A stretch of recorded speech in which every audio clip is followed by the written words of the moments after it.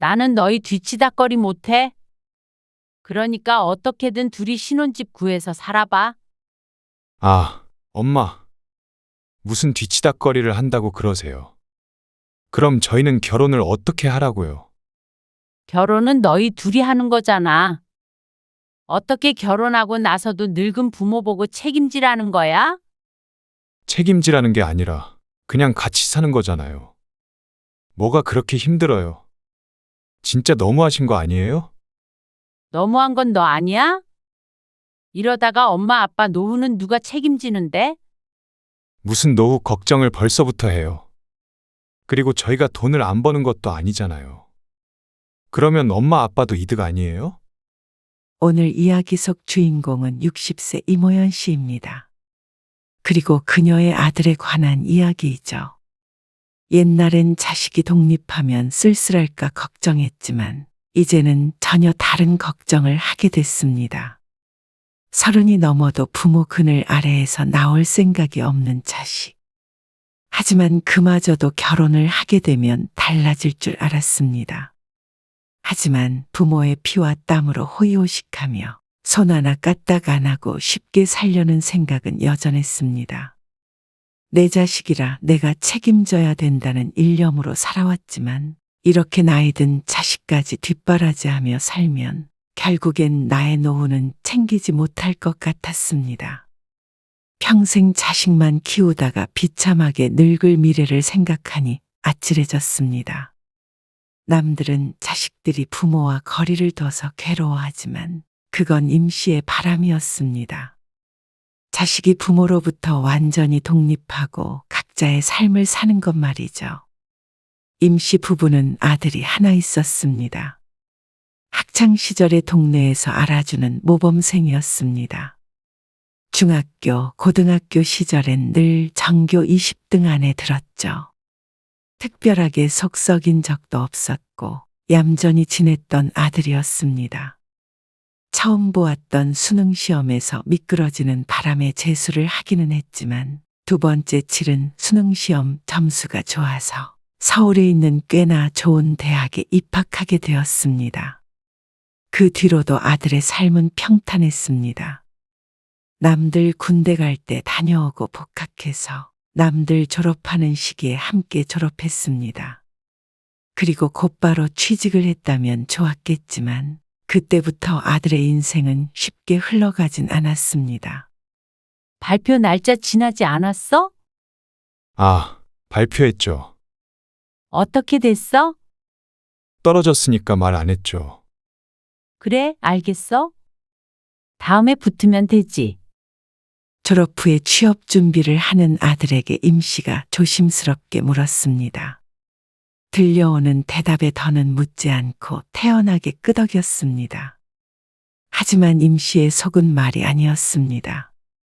일자리를 구하고 있는 기간이 길어지면서 아들이 힘들겠지만 임씨 또한 몸도 마음도 힘들었기 때문이었습니다. 내일 면접 있는데 와이셔츠 어디 있어요? 거기 옷장에다가 걸어놨어. 네. 밥은요? 30분 있다가 나와. 아버지 오늘 늦게 오신다니까 너부터 먹어. 알겠어요.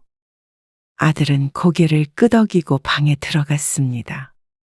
가끔 면접 보러 나갔다 오는 것 외에는 대부분 집에 틀어박혀 있거나 친구들을 만나러 가는 아들을 보고는 임씨는 남몰래 한숨을 내쉬었습니다. 아들을 닥달하고 싶지는 않지만 답답한 심정은 어쩔 수 없었습니다. 그리고 외출하지 않는 날에는 하루 종일 방에 틀어박혀서 화장실 갈 때나 밥 먹을 때를 제외하고는 나오지도 않는 아들이었습니다.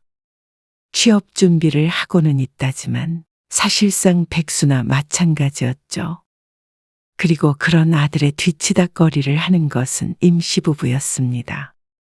30분 뒤에 식탁 앞에 앉아서 휴대폰을 보며 밥을 깨작깨작 먹고 있는 아들을 보니 머릿속이 참 복잡했죠. 아들이 입은 옷을 빨고 밥을 차리고 그리고 다달이 생활비도 임시 부부가 주고 있는 실정이었습니다. 아직 독립을 하지 않았기 때문에 그 부분은 감수하고 있었지만 그 기간이 길어지자 걱정이 됐죠. 저 운전면허 따려고요. 갑자기 웬 운전면허야? 그동안 차를 탈 일이 없기에 아들은 아직 운전면허가 없었습니다.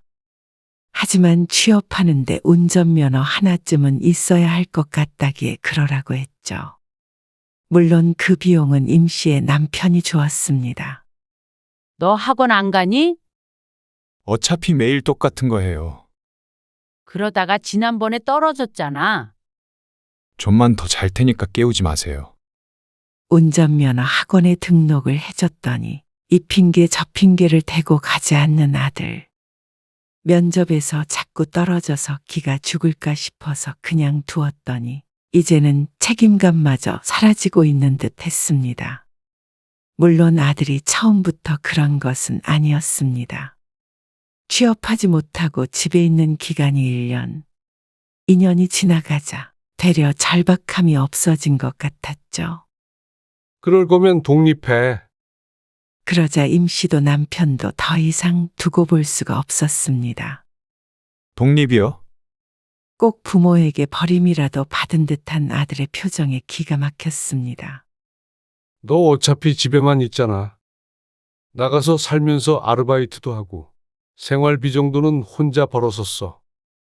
제가 집에서 놀고 있는 줄 아세요? 취업하려고 준비하고 있는 거잖아요. 너 새벽까지 게임하는 거 몇 번 봤다? 그러자 말문이 막힌 아들. 임 씨의 남편은 그런 아들에게 윽박을 질렀습니다. 그리고 며칠간 설득해서 결국엔 독립시키게 되었습니다. 아들을 내보내니까 임 씨와 남편은 너무 편했습니다. 오히려 혼자 살면 취업도 더 빨리 될 거야. 아들이 독립하자 임 씨 부부는 용돈도 끊었습니다. 나이를 보면 사실 용돈을 받을 나이도 아니었죠. 그래서 임 씨는 금방 아들이 취직을 할 수 있을 줄 알았습니다. 벌써 준비한 기간이 상당했으니 말이죠. 안 되면 회사 수준을 낮춰서라도 들어갈 수 있지 않을까 했습니다. 하지만 그건 바람일 뿐이었습니다. 저 이제 그냥 다 그만두고 싶어요. 왜 그래? 또 떨어졌어? 제 길이 아닌 것 같아요. 좀 더 작은 회사에 넣어보면 되잖아. 넣을 수 있는 곳은 다 넣고 있어요. 그리고 알바도 하면서 취업 준비도 하고 힘들어서 못 해먹겠어요. 취업에만 집중할 수 없다는 아들의 말에 임 씨도 마음이 술렁거렸습니다.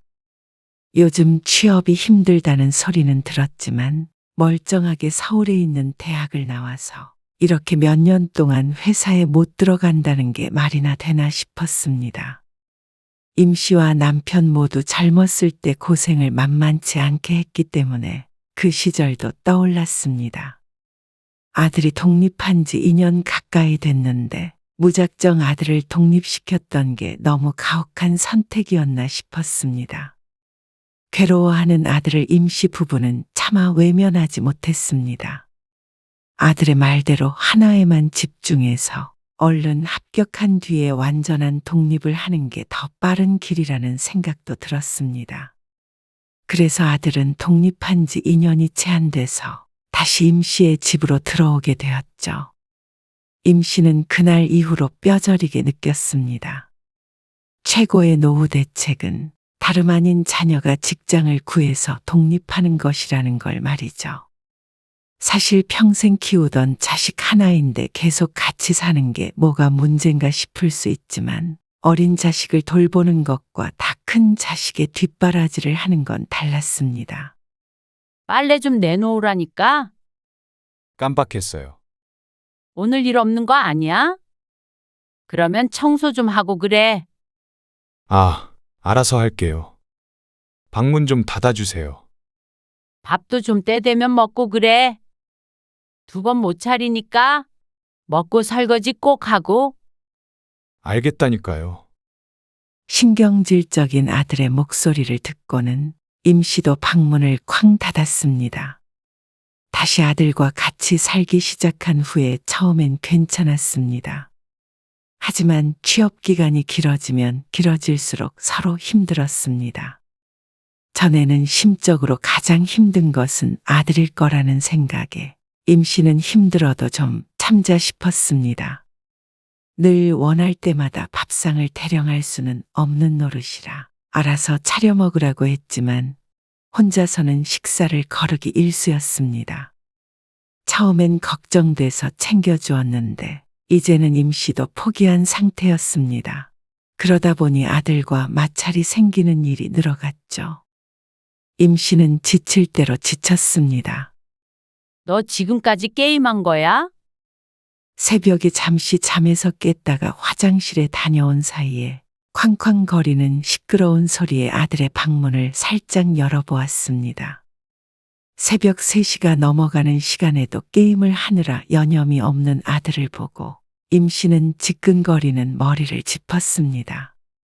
힘든 사람은 임 씨 부부뿐인 것만 같았습니다. 아들은 집에서 놀고 먹으면서 취업은 뒷전이었습니다. 방 안에 틀어박혀서 게임만 하는데 어떤 정신 나간 회사가 이런 놈을 뽑아줄까 싶었습니다. 아들은 취업준비생이 아니라 그냥 한심한 백수로 보였습니다. 이제 아들이 30이 넘었기 때문에 백수 생활도 도대체 몇 년인가 싶었죠. 그리고 앞으로 또 몇 년이나 더 이 짓을 해야 하나 생각하니 눈앞이 깜깜했습니다. 너 정말 이럴 거야? 아니, 뭘요?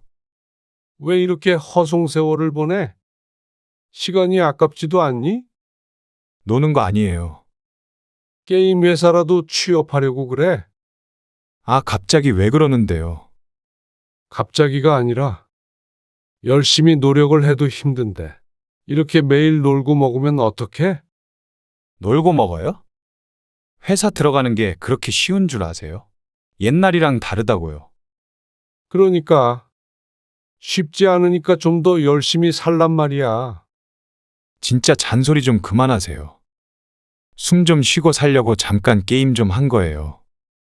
엄마 아빠가 저보다 힘들 리는 없잖아요. 어떻게 그걸 단언할 수 있는지. 은퇴할 나이에 여전히 일하고 있는 임 씨 부부보다 집에서 게임하고 놀러나 다니는 자신이 더 힘들다는 아들의 말에 가슴이 답답했습니다. 어쩌다 이렇게 됐는지 화도 났습니다. 숨? 엄마 아빠도 숨 좀 쉬면서 살자. 이게 독립심 없이 키운 자신의 탓인지 몰랐습니다. 하지만 여기서 뭘 더 어쨌어야 했는지도 알 수 없었습니다. 억지로 독립을 했다가도 돌아온 아들이니 말이죠. 다시 쫓아내.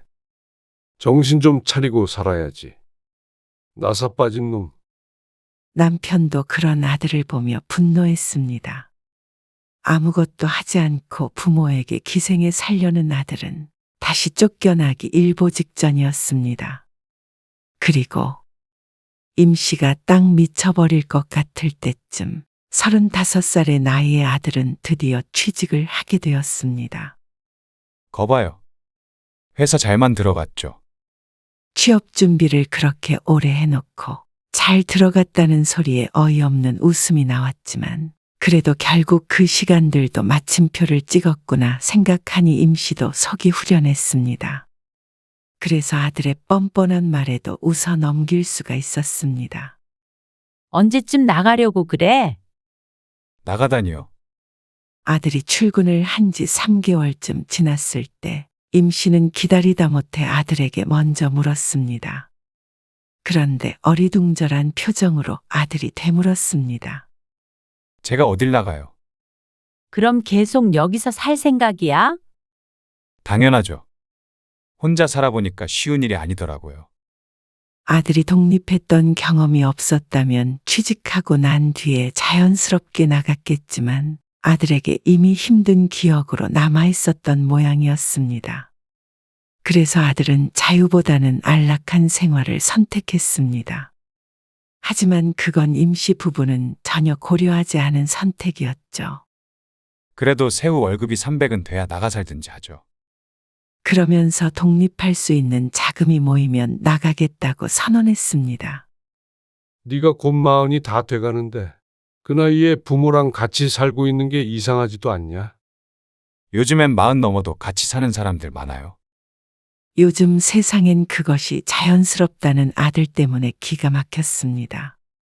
이제 회사 다니고 하다 보면 엄마 아빠 힘들게 할 일도 없어요. 그리고 돈 번지 얼마 되지도 않았는데 무슨 돈으로 나가요? 그래? 그러면 이제부터는 생활비 내고 살아. 생활비요? 임 씨의 말에 아들이 잘못 들었나 하는 표정으로 되물었습니다. 그래. 한 달에 적어도 50만 원씩은 내. 아니, 벼룩의 간을 빼먹으세요. 황당하다는 듯이 대꾸하는 아들. 하지만 임 씨도 남편도 단호했습니다. 이제 돈도 버는 놈이 밥값은 해야지. 그렇게 안 할 거면 나가서 살고. 같이 살려면 어쩔 수 없다는 말에 아들은 한참 궁시렁거리다가 그렇게 하겠다고 대답했습니다. 그런데 아들에게서 생활비를 몇 번 받아보지도 못하고 아들이 무척이나 갑작스러운 소식을 전했습니다. 내년 초에 결혼하려고요. 뭐? 결혼? 누구랑? 누구긴요. 여자친구랑 하죠. 임 씨도 남편도 예상도 못한 말이었습니다. 취업 준비한다고 난리를 치더니 언제 연애를 하고 언제 결혼 생각을 한지 의문이었습니다. 벌써 만난 지 1년이 넘었다는 말에 놀랄 수밖에 없었습니다. 역시나 할 건 다 하면서 살았던 모양이라고 고개를 절레절레 흔들었지만 어쨌거나 좋은 소식은 좋은 소식이었습니다. 김영주라는 아들의 여자친구는 근처 작은 회사에 다닌다고 했습니다. 친구의 소개로 만났다면서 내년에 결혼을 약속했다고 말했습니다. 그래도 하나 있는 아들놈 결혼하는데 뭐라도 해줘야 할 거 아니야. 집이라도 해주게? 집이 뭐 한두 푼이어야지. 그래도 전셋집 구할 돈은 어느 정도 보태줄 생각인데. 어떻게 생각해? 임 씨는 여태 끼고 살며 키워준 값을 생각하면 집값은 충분히 된다고 생각했습니다. 하지만 그런 생각을 하더라도 그래도 자식인데 맨몸으로 결혼시킬 수는 없겠다 싶었죠. 하지만 그런 고민이 무색했습니다. 아들이 여자친구를 소개해준다며 데리고 와서는 황당한 말을 했기 때문이었습니다. 처음 뵙겠습니다. 아이고 반갑네요. 임 씨 부부가 며느리가 될 아가씨를 반갑게 맞았습니다. 식사도 함께하며 화기애애하게 대화도 나눴죠. 그러다가 결혼 계획에 대한 이야기가 나왔습니다. 집은 어느 쪽에다 얻으려고 그래? 전셋값이 얼마나 될지 가늠해 보려고 물어보았는데 돌아오는 대답이 당황스러웠습니다. 아, 그 문제 말인데요. 결혼하면 이 집에 들어와서 살려고요. 이 집? 어리둥절하게 대꾸한 임 씨가 남편을 쳐다보자 눈이 마주쳤습니다. 서로의 표정이 왠지 똑같은 듯 했습니다. 여기에 들어와서 살겠다는 말이야? 남편이 묻자 아들이 태연하게 대답했습니다. 그게 좋을 것 같아요. 영주랑 지난번에 상의도 해봤는데요. 둘 다 모아둔 돈도 별로 없고 영준의 부모님도 아직 노후 준비 중이라고 하셔서요. 예비 며느리가 아들 옆에서 민망하다는 듯이 웃었습니다. 모아둔 돈이 없고 집안에서 지원이 없는 것도 심란한 문제였지만 임 씨에게 직면한 가장 큰 문제는 아들네가 결혼해서 임신의 집에 들어와 살겠다는 것이었습니다. 차라리 여유가 없으니 조금 더 보태달라고 했다면 고심했을 텐데 아무런 거리낌 없이 이곳에서 산다는 말에 어처구니가 없었습니다. 무슨 말을 하는 거야? 요즘 내 집 마련이 얼마나 힘들어요. 그걸 몰라서 묻는 게 아니었습니다. 아무리 그래도 신혼인데 시부모랑 같이 사는 게 좋겠니? 임 씨가 예비 며느리를 보며 말했습니다. 그런데 예비 며느리도 아들과 같은 뜻인 것 같았습니다. 저는 괜찮아요. 옆에서 남편이 속마음을 숨기지 못하고 허허하며 한숨을 쉬었습니다.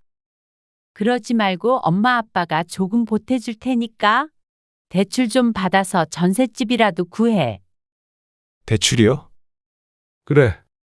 그래서 돈 좀 모은 다음에 나중에 집을 사든 하면 되지.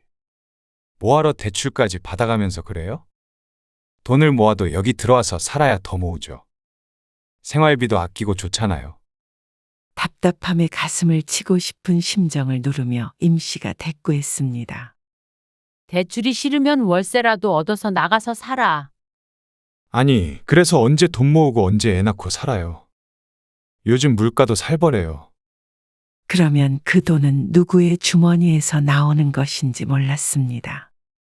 들어와서 살며 돈을 아끼겠다는 말이 기분 좋게 들리지 않았습니다. 저는 당연히 엄마 아빠도 그런 생각하고 계실 줄 알았는데요. 그러면서 다들 같이 살자고 하면 좋아하지 않나 하고 중얼거리는 아들을 보며 남편이 이 말을 짚었습니다. 아니, 엄마 아빠는 그런 생각 해본 적 없어. 다 갖춰놓고 살 수는 없지만 그래도 너희끼리 사는 게 좋지 않겠냐? 너희도 그렇고 우리도 그렇고. 불편하잖냐? 안 불편해요. 애도 생기고 그러면 전 오히려 같이 사는 게 훨씬 좋을 것 같은데요, 뭘. 아들의 마지막 말에 임씨의 얼굴이 하얗게 질렸습니다. 아직 경험하지 않았지만 눈앞의 미래가 펼쳐지는 듯한 기분이었습니다. 그건 힘들 것 같다. 천천히 집 구해봐. 내년에 한다며 결혼도. 그러자 아들이 이해할 수 없다는 듯한 표정을 지었습니다.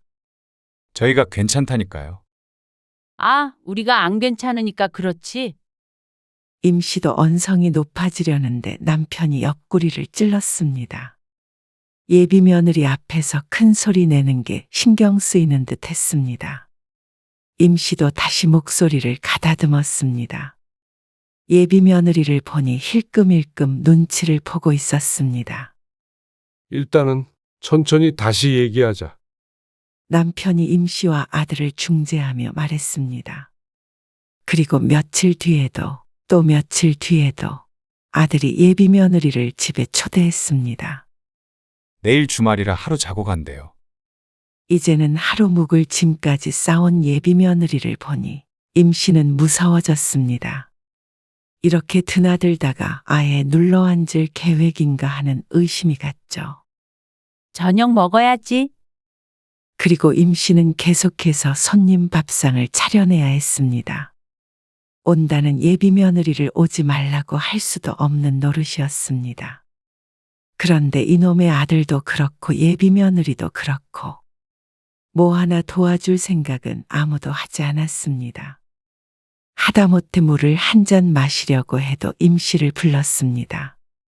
그리고 다음 날 아침이 되었을 때 아직도 안 일어나? 남편의 목소리에 임씨가 고개를 절레절레 저었습니다. 아침 10시가 다 돼가는데 아직도 취침 중인 아들과 예비 며느리. 어쩜 아들은 백수 시절과 변함이 없는지. 그리고 예비 며느리는 시집에 와서 하룻밤 자면 불편해서라도 일찍 눈을 뜨게 되는 것 아닌가 싶었습니다. 아무래도 아침밥을 차려놓고 밥 먹으라고 부를 때까지 퍼질러 잘 모양이었습니다. 너희 같이 산다더니 이러려고 그러는 거야? 보다 못한 남편이 핀잔을 줄 정도였습니다. 같이 산 뒤의 모습이 보나마나였습니다. 지금까지 아들 하나 건사하는 것도 힘들었는데 여기에 며느리까지 얹어진다고 생각하니 숨이 막힐 지경이었습니다. 그리고 몇 번 보며 느꼈지만 요즘 시대에 며느리가 들어온다고 해도 뭐 하나 마음 편히 시킬 수조차 없었습니다. 임씨 부부가 아들 부부의 뒷바라지를 해야 할 미래가 불보듯 뻔했습니다. 임씨의 밥상을 받는 게 당연한 듯 굴었고 몇 번이나 얻어먹으면서 한 번도 같이 치울 생각도 안 하는 아들과 예비 며느리. 임씨는 예비 며느리가 소파 옆에 던져둔 어제 신었던 양말 한 짝을 주워들었습니다. 참 똑같은 사람들끼리 어떻게 그렇게 잘 만났는지 신기할 정도였습니다. 다 먹었지? 임 씨가 일어나 식탁을 치우며 말했습니다. 네, 다 먹었어요. 잘 먹었습니다. 설거지 좀 해라. 엄마, 무슨 손님한테 설거지를 시켜요?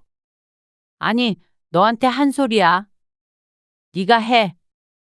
아침밥을 먹고 난 뒤에 그대로 일어나려는 아들을 붙잡고 말했습니다. 그동안 같이 살며 서로 식사 시간이 다르다 보니 아들이 먹은 건 스스로 설거지를 하게끔 시켰지만 다 함께 먹은 것까지 자신을 시킬 줄은 몰랐다는 표정이었습니다. 아침밥을 먹은 뒤에 임 씨와 남편이 아들을 불러 앉혔습니다. 그리고 옆에 다소곳하게 앉는 예비 며느리. 임 씨는 아들에게 단도직입적으로 말했습니다. 나는 너희 뒤치다꺼리 못해. 그러니까 어떻게든 둘이 신혼집 구해서 살아봐. 아, 엄마. 무슨 뒤치다꺼리를 한다고 그러세요? 그럼 저희는 결혼을 어떻게 하라고요? 꼭 임 씨 부부 때문에 결혼을 못하는 것처럼 말하는 아들 때문에 어이가 없었습니다. 결혼은 너희 둘이 하는 거잖아. 어떻게 결혼하고 나서도 늙은 부모 보고 책임지라는 거야? 책임지라는 게 아니라 그냥 같이 사는 거잖아요. 뭐가 그렇게 힘들어요? 진짜 너무하신 거 아니에요? 너무한 건 너 아니야? 이러다가 엄마 아빠 노후는 누가 책임지는데? 임 씨와 남편도 아들 결혼시킨 뒤 노후 삶에 대한 계획이 있었습니다. 비록 아들 때문에 늦춰지긴 했지만 아직 살 날이 길었기에 넉놓고 있을 수가 없었습니다. 무슨 노후 걱정을 벌써부터 해요. 그리고 저희가 돈을 안 버는 것도 아니잖아요. 그러면 엄마 아빠도 이득 아니에요? 결국 저희가 모시고 살게 될 텐데. 어느 부분에서 이득이라는지 몰랐습니다. 그래서 임 씨도 생각했던 바를 아들에게 말했습니다. 그래. 좋아. 정 그렇게 들어와서 살고 싶다면 매달 생활비 200만 원씩 내. 200만 원이요? 깜짝 놀란 듯한 아들과 예비 며느리의 표정을 보자 벌써 속이 시원했습니다. 월세랑 이것저것 관리비나 식비까지 하면 많은 것도 아니야. 너희끼리 살면 200이면 엄청 적은 거지? 아니, 그래도 무슨 생활비를 그렇게 많이 내요? 그러면 한 달 생활비를 얼마 정도 생각한 거야? 그러자 생활비는 생각조차 안 해본 듯한 표정을 지었습니다. 아니, 그래도 혼자 살 때는 생활비 50만 원씩 냈는데 어째서 둘이 200만 원인 건데요? 그때는 우리가 손해를 감수한 거고 그 정도 아니면 어떻게 생활이 되겠어? 하지만 할 말은 이게 끝이 아니었습니다. 그리고 엄마는 집안일은 일절 안 할 거야. 하더라도 엄마 아빠 목만 할 거고 그게 무슨 말이에요? 너희 먹을 밥은 너희가 하고 너희 빨래도 청소도 다 너희가 하라는 거야. 다 같이 밥 먹을 일이 있으면 돌아가면서 하고 그런 가족이 도대체 어디 있어요? 아니, 그럴 거면 뭐하러 같이 살아요? 임 씨는 그 말이 황당했습니다. 뒷바라지 필요 없다더니 그런 게 없으면 같이 살 필요가 없다는 말이었습니다. 그 말이 뜻하는 바는 명확했죠. 너희는 엄마가 다 해줄 줄 알고 같이 살자는 거야? 뭐 사는 것도 공짜로 살고 파출부도 공짜로 드리는 개념이니? 아니, 무슨 말을 그렇게 해요? 너희 말대로 모시고 사는 거면 나는 손 하나 까딱 안 하고 돈 한 푼 안 들여야 맞는 거 아니야? 돈 거라고 생각하면 100번 양보해서 하겠는데 우리한테 의탁할 생각이면 그건 절대 안 돼. 엄마 아빠도 노후 계획이 있는 거야. 대신 독립해서 살면 나중에 우리 봉양하라는 소리도 절대 안 할게. 용돈 줄 필요도 없고 나중에 노후 책임지라는 소리도 안 해. 그냥 서로 스스로 앞가림하며 살자. 아들은 왜 이렇게 냉정하냐며 화를 냈습니다. 진짜 이해가 안 되네요. 무슨 부모가 그래요? 자식이 힘들 때 도와야 부모 아니에요? 여태까지 엄마 아빠가 한 일은 아무것도 아니야? 그건 당연한 거죠. 기가 막힌 아들의 말에 임 씨도 남편도 허공을 보며 후회의 한숨을 내뱉었습니다. 너는 이참에 짐 싸서 나가라. 그래. 결혼할 때까지 기다릴 것도 없겠다. 남편과 마음이 딱 맞았습니다. 아니, 지금 나가라고요? 그래. 오늘 짐 싸서 내일 나가. 무슨 말이에요? 이제 더 이상 누릴 자격이 없다. 가서 원룸을 구하든 말든 나가. 그리고 결혼할 때 엄마 아빠 도움도 바라지 말고. 아들은 예비 며느리 앞에서 창피를 준다며 가방에 옷까지 몇 개를 챙겨서 나갔습니다. 그 뒤를 예비 며느리가 따랐습니다. 그리고 임 씨는 그런 아들을 붙잡지 않았고 오히려 아들 짐을 전부 꺼내놨죠. 결혼도 알아서 하라 그래.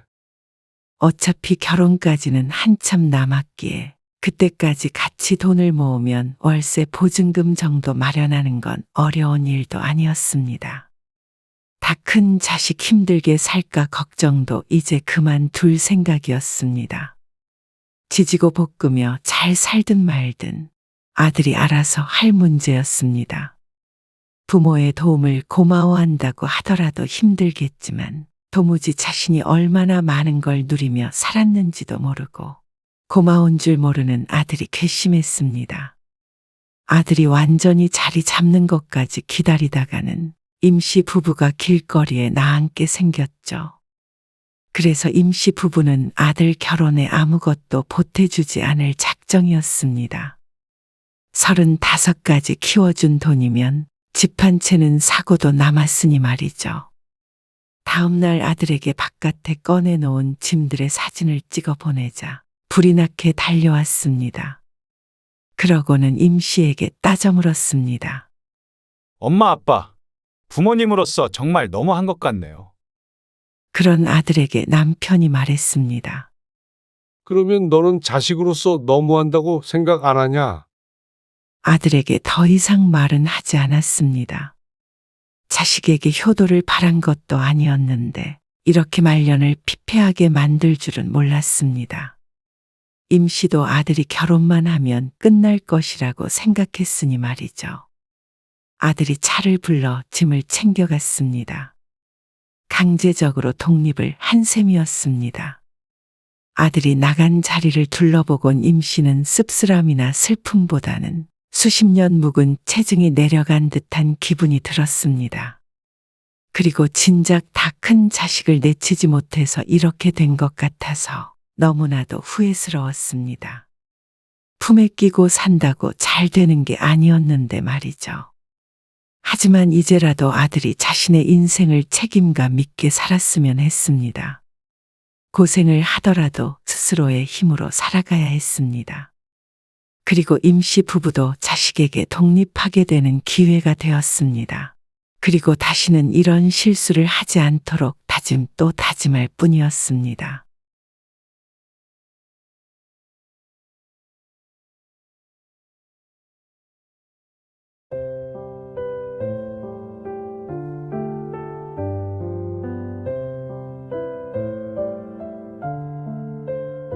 진짜 너무하신 거 아니에요? 이제는 손목 좀 아프다고 수연이를 불러요? 아니, 도와줄 수 있으면 와달라고 했지. 억지로 오라고 안 했어. 싫으면 싫다고 해. 지금 일부러 이러시는 거죠? 일부러라니? 못하겠다고, 싫다고 그러면 집 팔아버리시게요? 아무리 그래도 도가 지나치잖아요. 그러면 그냥 집 팔어.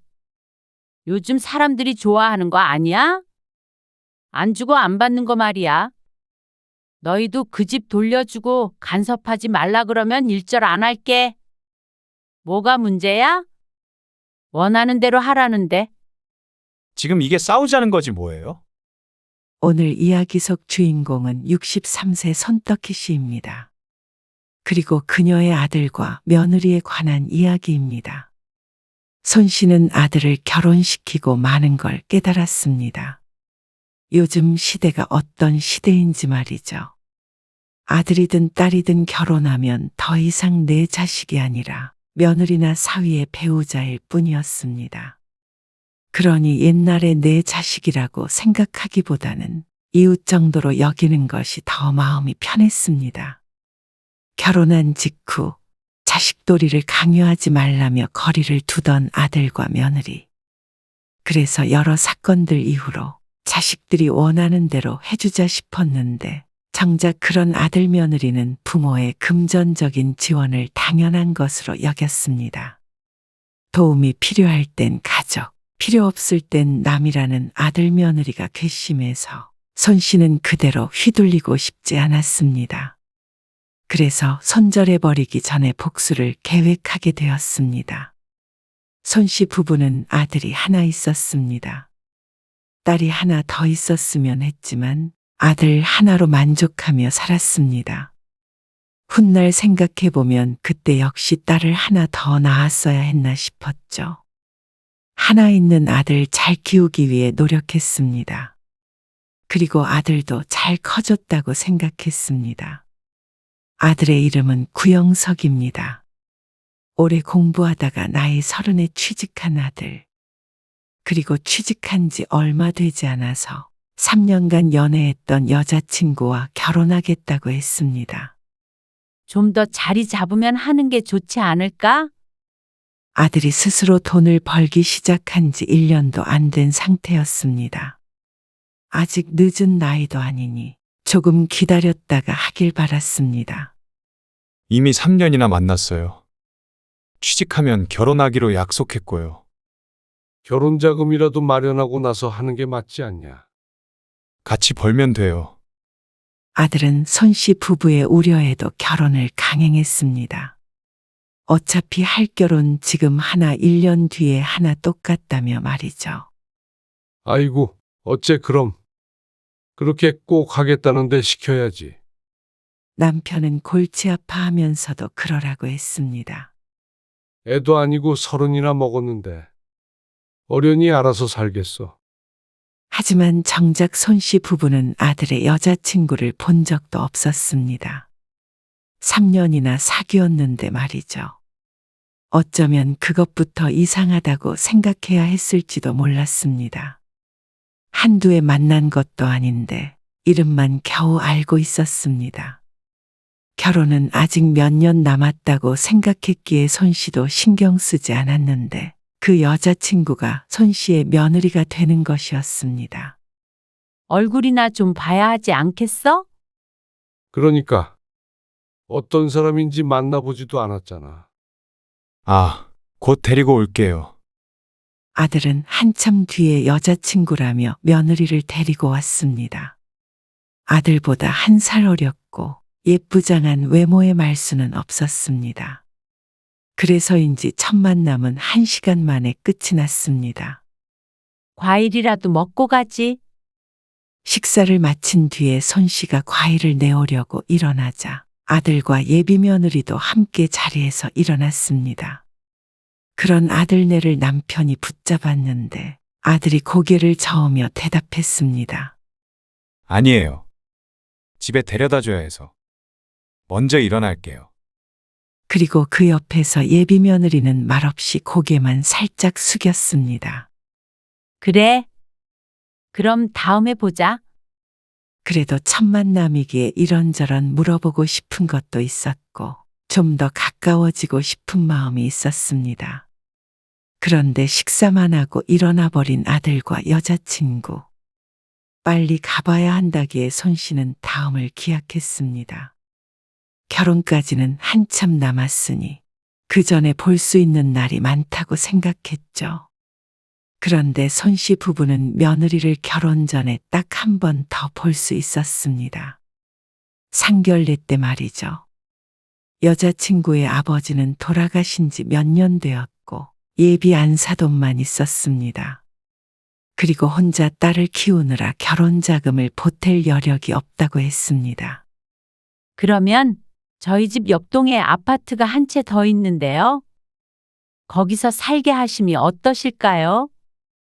손 씨가 조심스럽게 운을 띄우자 사돈은 크게 기뻐했습니다. 아유, 그렇게 해주시면 저는 정말 감사하죠. 이달에 세입자가 나가는데 그때 리모델링만 조금 해서 들어가면 될 것 같아요. 그래서 리모델링과 다른 결혼 자금은 아들네가 알아서 하기로 하고 상견례는 끝이 났습니다. 내심 집을 해줘야 하나 생각은 하고 있었지만 실제로 그 집을 통째로 내줄 줄은 몰랐습니다.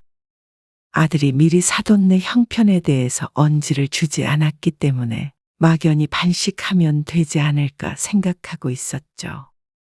좋은 게 좋은 거지. 그렇다고 손 씨도 집을 준 것이 불만은 아니었습니다. 결혼하고도 가까이 살면 좋지 않겠나 싶었습니다.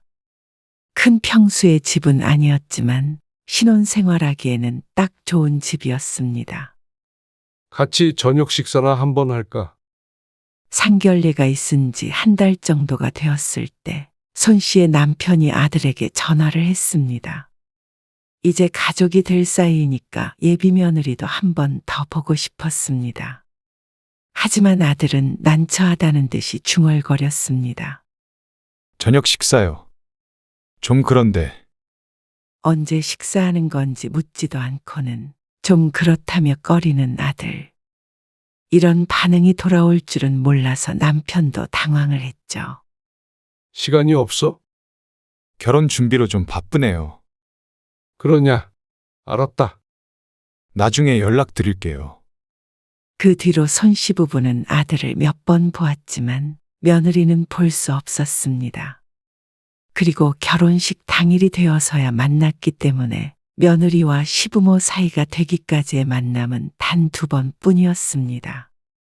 다들 이렇게 자식을 결혼시키나 싶었습니다.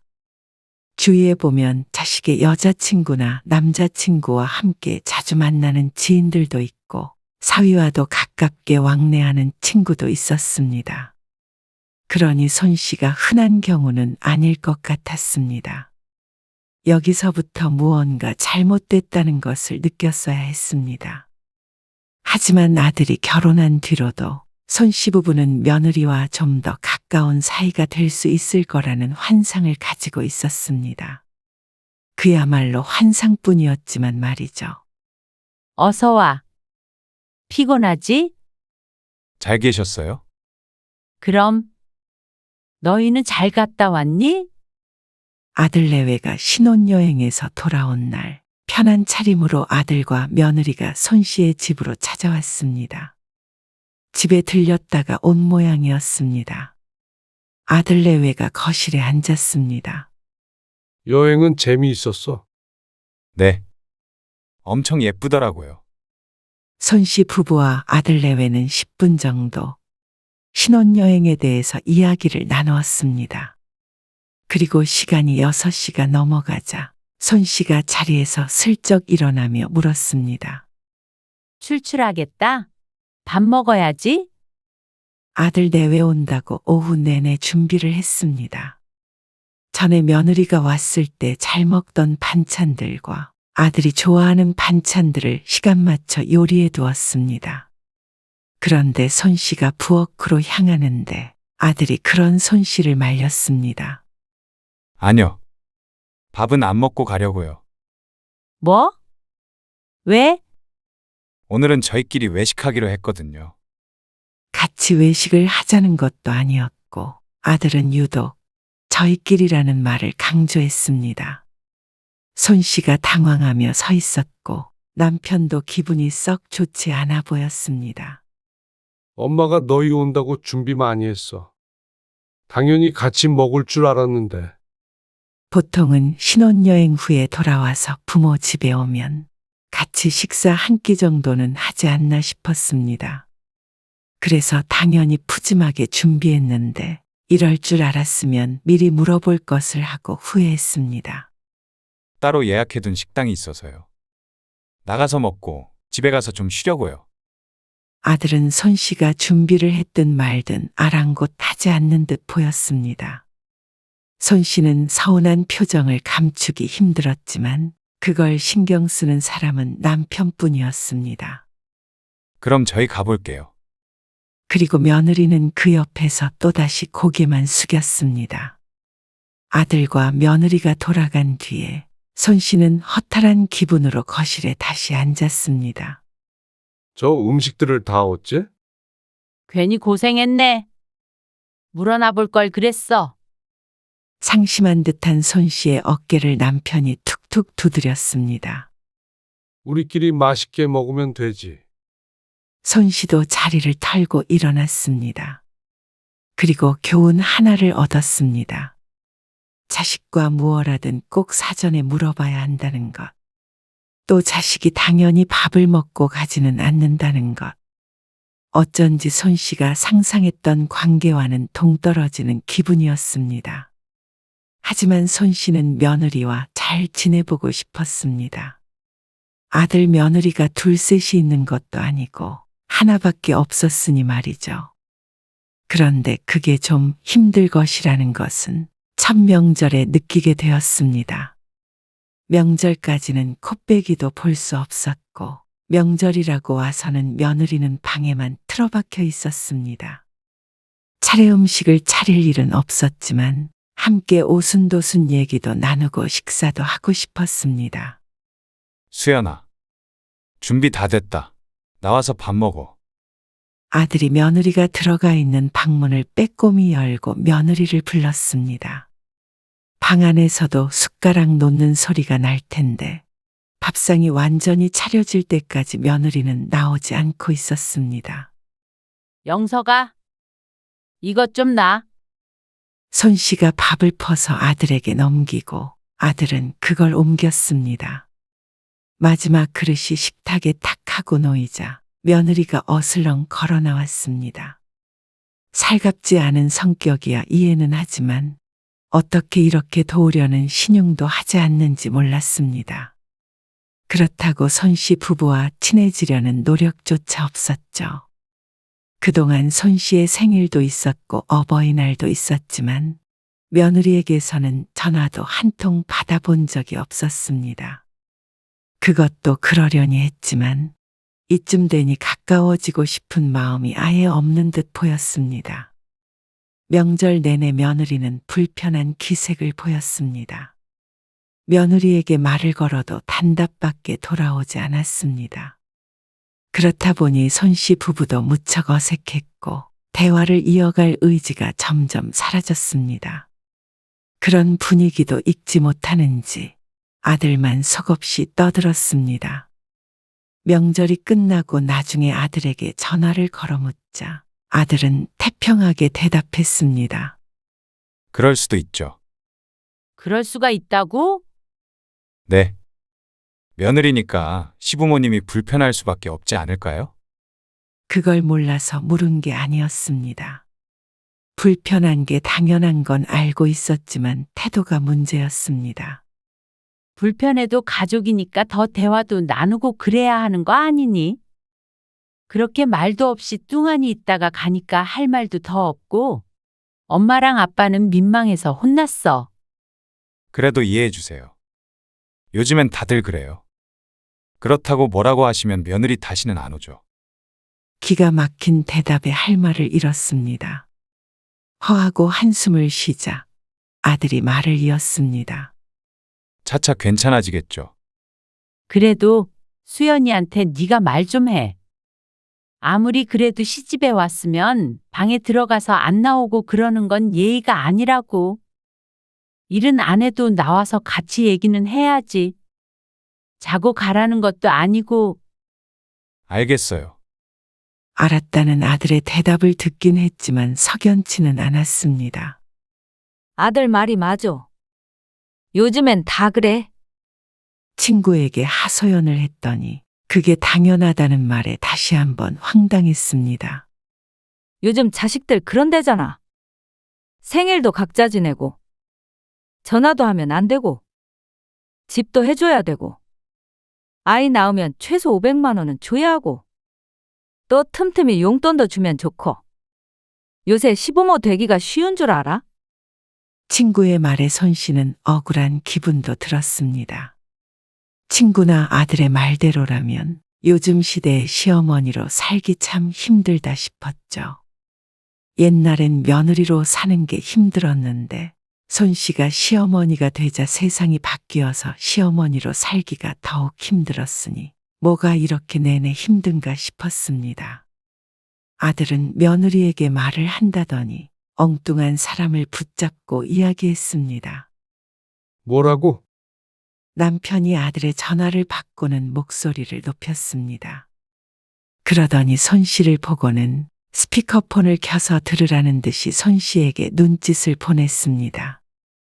다음부턴 명절 때 저희끼리 보낸다고요. 그러자 아들의 목소리가 들렸습니다. 그러면 이제는 얼굴도 안 보고 살려고 그래? 남편이 화를 내는 것도 이해가 갔습니다. 여태 아들네 부부가 손씨네 집에 온 것도 손에 꼽혔고 손씨 부부는 단 한 번도 신혼집에 초대받은 적이 없었습니다. 집에 한 번 초대도 안 하고 말이야. 초대요? 바로 옆에 사는데 무슨 집들이까지 해요. 그러니까 바로 옆에 사는데 한 번도 못 가본 것도 이상하지 않냐? 시간 있을 때 용건이 있으면 저희가 갈게요. 여기가 무슨 동사무소냐? 황당해하는 남편의 말에 아들은 태어냈습니다. 가까울수록 너무 자주 오가면 나중에 서로 힘들어져요. 그런 걱정을 하기에는 같은 아파트에 사는 이웃 정도의 교류만 있었습니다. 그리고 손씨 부부가 자신들의 집에 가는 건 싫고 자신들이 가끔 오겠다는 말에도 기가 찼습니다. 엎어지면 코 닿을 곳에 사는 자식 얼굴 보기가 길가다 연예인을 만나는 것보다도 힘들었습니다. 참, 그래라 그러면 마음대로 해. 남편이 마음이 상해서 전화를 끊었습니다.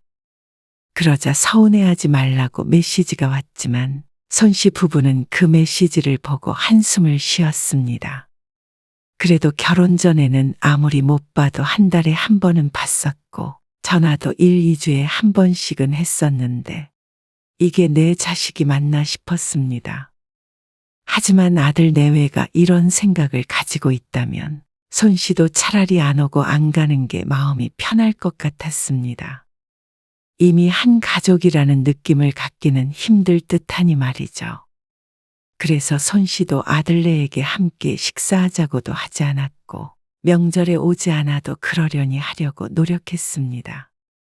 그래도 이때까지는 아들에게 섭섭한 것이었지 다시 안 보고 살 사이가 될 생각은 없었죠.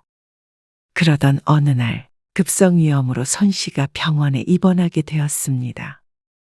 당신은 출근해야 되니까 얼른 가. 내일 올게. 아니야. 뭘 와? 왔다 갔다 피곤하게. 이제 별로 아프지 않으니까 그냥 집에 있어. 나도 여기서 혼자 쉴 테니까. 입원하고 이틀 내내 퇴근 후에 온 남편을 손 씨가 보냈습니다. 사실 큰 병에 걸린 것도 아니었기에 간병이 필요하진 않았습니다. 앞으로 4, 5일 정도 더 있다가 퇴원하면 됐죠. 손 씨는 자신보다도 남편이 더 걱정이었습니다. 혼자서 밥이라도 제대로 챙겨 먹나 싶었습니다. 아침 정도는 혼자서 간단히 차려 먹을 수 있겠지만 그래도 걱정이 되는 건 어쩔 수 없었습니다. 남편이 20분 정도 있다가 집으로 돌아갔고 아들이 소식을 손 씨에게 전화를 걸었습니다. 크게 아프진 않으시죠? 그래. 그리고 손 씨는 며느리에게 안부 전화도 한 통 못 받은 채였습니다. 엄마 걱정은 말고 네가 한번 아빠한테 연락해서 저녁 제대로 챙겨 드시는지 좀 물어봐. 밥 한 끼라도 같이 먹든가. 손 씨는 아들에게 손 씨 대신 같은 아파트 사는 아빠 좀 들여다보라고 부탁했습니다. 그런데 아들이 기겁을 했습니다. 수연이한테 밥이라도 차리라고 하란 소리세요? 무슨 엉뚱한 말인가 싶었습니다. 그게 아니고 밖에서든 어디든 저녁 한 끼 같이 먹으라는 거지. 그리고 누가 수연이 보고 하라든 네가 하면 되잖아. 아니, 아빠는 혼자 식사도 못 챙겨 드세요? 그 말이 어쩐지 아빠는 손이 없냐 발이 없냐라고 들리는 듯 했습니다. 엄마가 며칠 뒤에 퇴원하니까 아빠 좀 챙기라는 게 그렇게 발끈할 일이야? 그니까 며칠 뒤에 퇴원하시는데 왜 굳이 저한테 그런 말을 하세요? 기가 차서 손 씨가 헛웃음을 지으며 아들에게 대꾸했습니다. 아니, 너희 보고 아빠를 너희 집에서 주무시게 하라는 것도 아니고, 몇 끼 차려서 바치라는 것도 아니고, 혼자 있으니까 신경 좀 써달라고 한 게 어려운 일이야? 너무한 거 아니니? 만약에 입장을 바꿔서 손 씨나 남편이었다면 기꺼이 아들이든 며느리든 챙겨줬을 것이었습니다. 그게 당연하다고 생각했습니다. 하지만 자식에겐 그게 전혀 당연하지 않은 일인 것 같았습니다. 어쩌면 이렇게 냉정하고 부모 생각을 안 해주는 자식이 있나 싶었습니다. 결혼해서 자신의 가정에 충실한 건 알겠지만 그렇다고 해서 부모와의 가족 관계가 사라지는 것이 아니었습니다. 펄쩍 뛰는 아들에게 손 씨는 큰 실망을 했습니다. 이런 게 뭐가 부모고 뭐가 자식이란 말인지. 손 씨는 이제서야 정신을 차렸습니다. 여태껏 그 끈을 놓지 못하고 있던 건 손 씨 부부뿐이었던 같았습니다. 그래, 됐다. 너한테 그런 부탁 안 할 테니까 그렇게 질색할 것 없어. 다시는 연락 안 할게. 그리고 손 씨는 아들이 원하는 대로 해줬습니다. 퇴원 후에도 절대 먼저 연락을 하지도 않았고 아들네를 부르지도 않았습니다. 그냥 얼굴만 아는 이웃처럼 그렇게 지냈습니다. 실제로 아파트 단지 내에서 오며 가며 가끔 마주칠 때에도 그저 눈 한 번 마주치고 지나칠 뿐이었습니다. 처음엔 손 씨의 냉랭한 반응에 당황하던 아들도 포기했는지 아니면 그게 더 편했는지 대면대면하게 지내게 되었습니다. 남들이 봤다면 부모 자식 관계인 줄은 알 수도 없었습니다. 그리고 그마저도 생활 시간이 다르기 때문에 그렇게라도 마주칠 일은 거의 없었죠. 그렇다고 할 말 못하고 끌려다니면 안 돼. 네가 말 못하면 남편 통해서라도 분명히 전달해. 그렇지 않으면 평생 시집살이 한다. 그런데 어느 날 늦은 저녁, 쓰레기를 버리러 나갔던 손 씨가 익숙한 목소리를 들었습니다. 시간이 꽤나 늦었기에 주변에는 사람이 보이지 않았습니다. 잠도 안 오고 해서 박스 하나를 덜렁 들고 나왔던 것인데 분리수거장에서 며느리를 마주칠 줄은 몰랐습니다. 며느리는 한 손에는 큰 바구니를 들고 있었고 어깨에 휴대폰을 낀 채로 분리수거를 하며 통화를 하고 있었습니다. 손 씨가 그 자리에서 걸음을 멈춰섰습니다. 그리고 누군가 다가온 것도 모른 채 며느리가 떠들어댔습니다. 아니, 그런 말이 아니야. 당연히 받을 건 다 받아야지. 그 다음에 세게 나가야 돼. 나도 지분 받았지. 그러면서 한 손으로는 바구니에서 쓰레기를 하나씩 꺼내버렸습니다. 같은 아파트 살긴 하는데 좀 멀리 이사 가려고. 불편해서 안 되겠어. 명의는 아직 시부모님으로 돼 있는데 이사 가면서 우리 명의로 바꾸기로 했어. 아니, 당연히 남편이 말하는 거지. 며느리가 이렇게 길게 이야기하는 모습도 처음 보았기에 무척 생소했습니다. 그동안 손 씨 집에 오면 입만 꾹 다물고 있었던 것도 본 모습이 아닌 것 같았죠. 기가 막혀서 당장 가서 따지고 싶었지만 손 씨는 걸음을 돌렸습니다. 그리고 밤새 뒤척이며 이걸 어떻게 해야 할지 고심했습니다. 남보다 못한 사이가 바로 이런 사이가 아닐까 싶었습니다. 남이라면 예의라도 차리는데 아들 며느리는 그럴 생각조차 없는 것 같았습니다. 이러면서 집을 받기 위해 손 씨와 같은 아파트로 이사 온 것도 괘씸하고 얄미웠습니다. 어쩌다가 이런 며느리를 받는지 몰랐습니다. 그렇다고 온전히 며느리 때문이라고 생각하지도 않았습니다. 손뼉도 마주쳐야 소리가 나는 법이니 말이죠. 그동안 아들이 했던 말들이 떠올랐습니다. 그것도 아들의 진심이었겠죠. 다음 날 손 씨는 아들과 며느리를 집으로 불렀습니다. 바쁘다는 걸 중요한 말을 해야 한다며 억지로 오게 했습니다. 불만이 가득해 보이는 표정을 못 본 척하고 손 씨가 말했습니다. 너희 살고 있는 집 말이야. 그거 팔아야겠다. 사정을 전해들은 남편은 옆에서 굳은 표정으로 앉아 있었습니다. 그리고 아들과 며느리는 눈이 금방이라도 튀어나올 것 같았습니다. 팔다니요? 저희는 팔 생각이 없는데요. 아니, 엄마가 지난번에 아프면서 든 생각이야. 이제 우리도 나이 들고 아플 일만 남았는데. 그때 자식한테 기대기보다는 우리 노후는 우리가 책임지려고. 너희 부담 안 가게. 그런데 그러려면 노후에 쓸 돈이 있어야 하잖아. 그렇다고 저희한테 주신 집을 팔아요? 준 게 아니고 자리 잡을 동안 살라고 한 거지.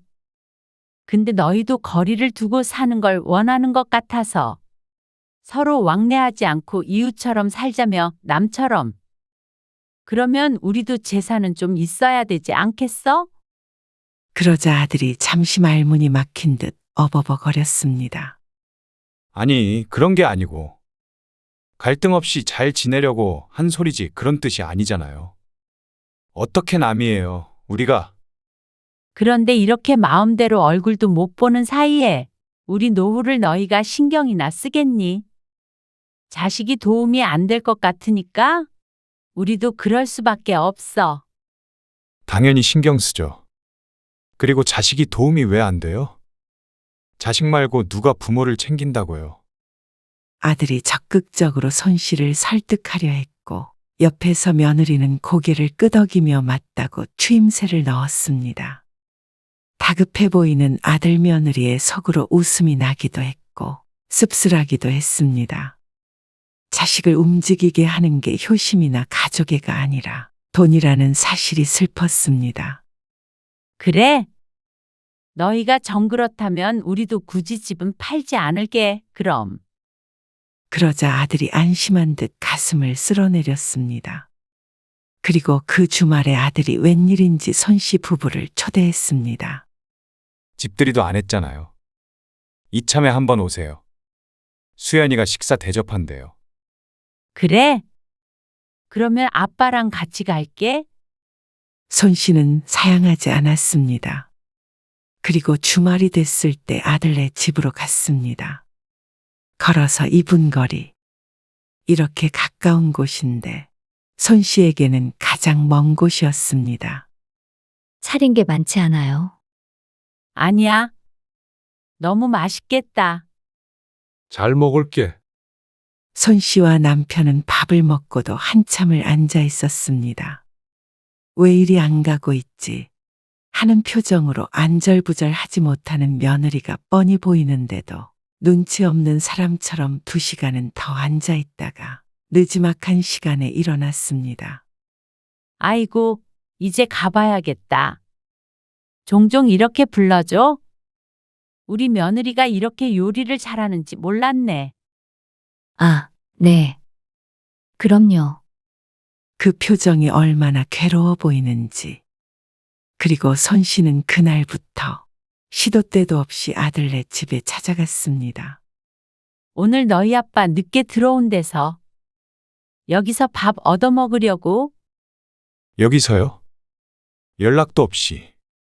마침 저녁을 먹으려고 했는지 아들네 식탁에는 밥이 차려져 있었습니다. 코앞인데 무슨 연락까지 해. 수저 하나만 더 올리면 되잖아. 황당해 보이는 아들 며느리는 아랑곳 앉고 식탁 앞에 앉았습니다. 밥 좀 줄래? 며느리가 고장난 로봇처럼 삐그덕거리며 밥을 퍼왔고 손 씨는 태연하게 숟가락을 들었습니다. 그리고 말없이 찾아가는 것은 기본이었고 틈만 나면 아들 내외를 불렀고 며느리나 아들을 따로 부를 때도 있었습니다. 반찬 만들어놨으니 가져가라며 부르기도 했고 같이 마트에 가자고 전화할 때도 있었죠. 처음에는 억지로라도 장단을 맞춰주던 아들과 며느리도 그게 한 달 넘게 지속되자 도저히 참을 수 없었는지 폭발해 버렸습니다. 진짜 너무하신 거 아니에요? 손 씨가 영문을 모르겠다는 듯이 쳐다보자 아들이 화를 냈습니다.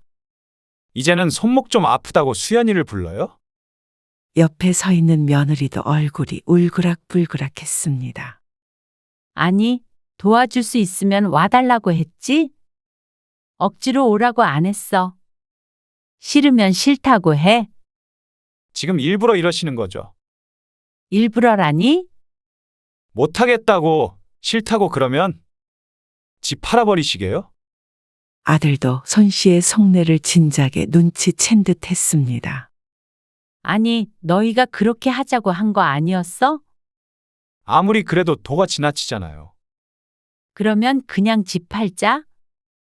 요즘 사람들이 좋아하는 거 아니야? 안 주고 안 받는 거 말이야. 너희도 그 집 돌려주고 간섭하지 말라 그러면 일절 안 할게. 뭐가 문제야? 원하는 대로 하라는데 지금 이게 싸우자는 거지 뭐예요? 내가 너희 머리채를 잡은 것도 아니고 가까이 살면서 부모 자식 간에 자주 보자는 건데 뭐가 싸우자는 거야? 너희도 자식 노릇 한다며? 이렇게까지 하는 자식이 어디 있어요? 그래. 그러니까 우리도 필요 없대도. 우리도 알아서 살게 그럼. 근데 자식 노릇은 하기 싫고 집은 달라는 거면 너희가 양심이 없는 거지? 받을 거 다 받고 말이야. 이러다가 나중에 더 나이 드신 다음에 저희가 정말 나 몰라라 하면 어쩌시려고 그러세요? 더 늙어서까지 생각할 것도 없어 보여. 젊어서도 이런데 늙어서 뭘 바라겠어?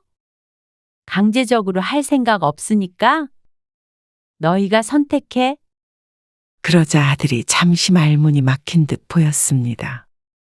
올 듯한 며느리를 한 번 보더니 그래도 이렇게는 못한다고 며느리를 데리고 나가버렸습니다. 한 달 넘게 손실하고 좋았던 것은 아니었습니다. 시도 때도 없이 찾아가고 불러제끼는 것도 시간과 정성이 필요했으니 말이죠. 아들은 홧김인지 다음 달에 짐을 빼서 나갔습니다. 남편은 잘 됐다고 얼른 세입자를 구하자고 했습니다. 손 씨도 아무리 자식이라도 속이 시원한 기분이 들었습니다. 부모를 부모로 생각도 안 하는 자식을 집까지 줘가며 편히 살게 할 마음이 없었습니다. 그리고 그렇게 아들이 원하는 대로 연락을 끊어버렸습니다. 아마 처가에서 도움을 줄 형편이 안 되니 그동안 편했던 삶이 아주 달라졌을 것이었습니다. 아니나 다를까 반년 정도 지나자 아들에게서 연락이 왔죠. 저희 이제 이세도 생각해야 하는데 계속 그러실 거예요? 손주를 들먹이며 묻는 것이 이제 부모가 좀 반성을 했나 떠보는 듯 했습니다. 손 씨는 콧방귀를 꼈습니다. 이웃이나 남한테 집 사주는 바보도 있니? 엄마, 잘 먹고 잘 살아라. 아들이 뭐라 말을 했지만 손 씨는 전화를 끊어버렸습니다. 무슨 말을 하더라도 적어도 향후 20년간은 화가 풀리지 않을 것 같았습니다. 아들이 부모의 도움으로 여태 편하게 살았구나 하고 깨닫길 바랐죠. 그리고 그러다 뒤늦게 후회의 눈물을 흘릴 것은 불보듯 뻔했습니다.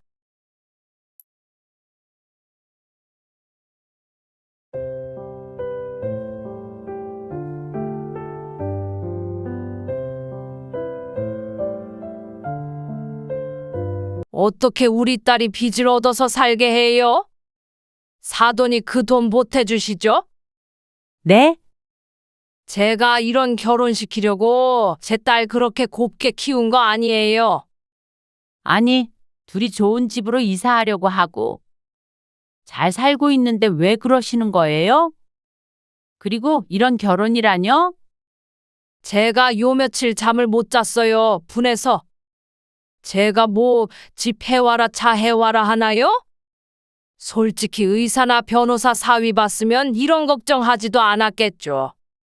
그 정도까진 바라지도 않았는데 빚을 진다니요. 아니, 사돈. 아들 가진 부모라면 그 정도 책임은 가지고 있어야 하는 거 아니에요? 우리 딸이 그냥 딸도 아니고요. 교수님이에요. 교수님. 그래서 저보고 그 돈을 주라는 거예요?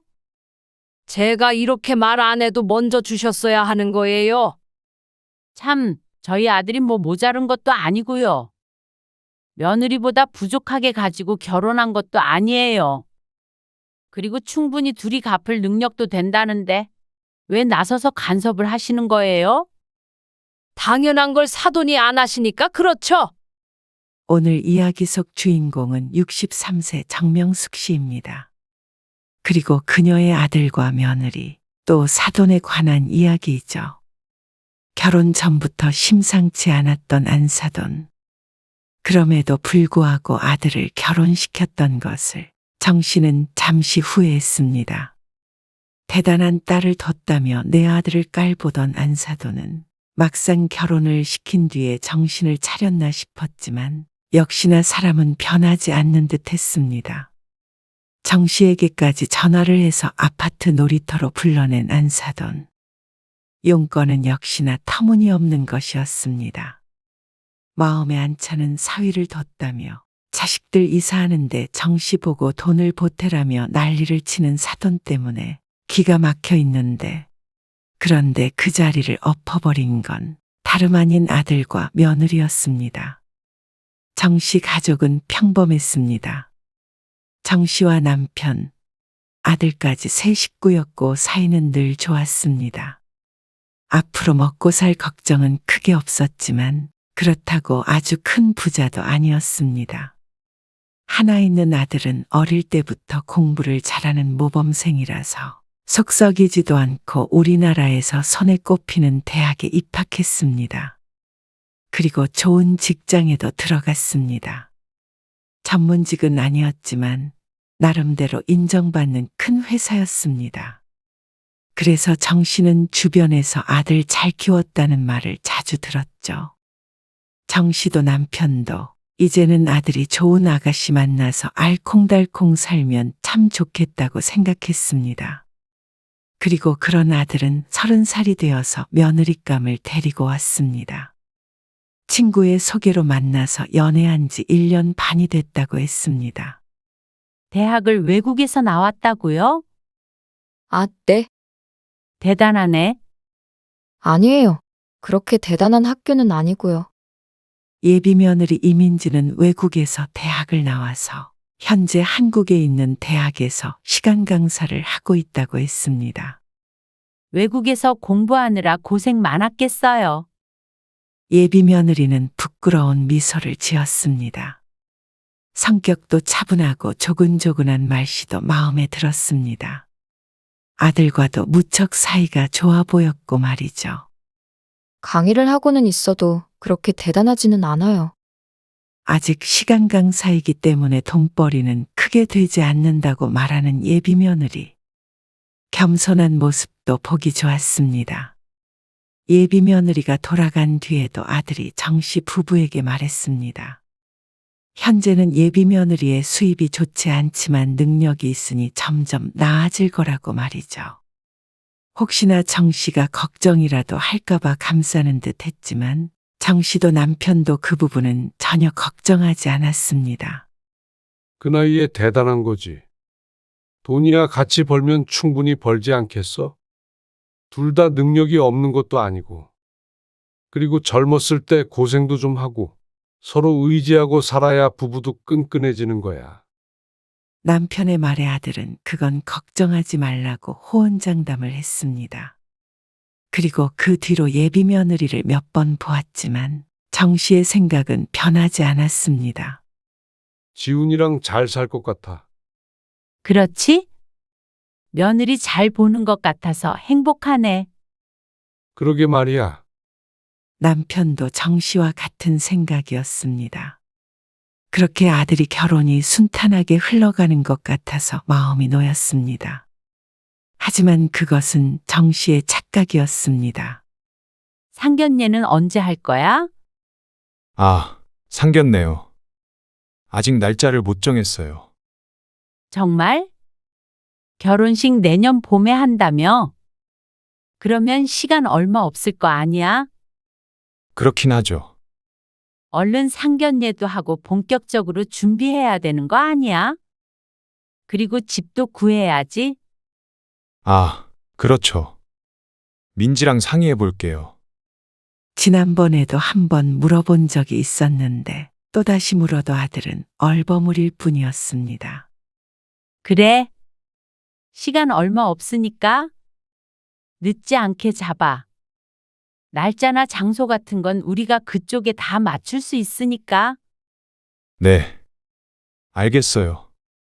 그리고 그 통화를 한 지 일주일이 지나도 이주일이 지나도 아들에게서 이렇다 할 소식이 없었습니다.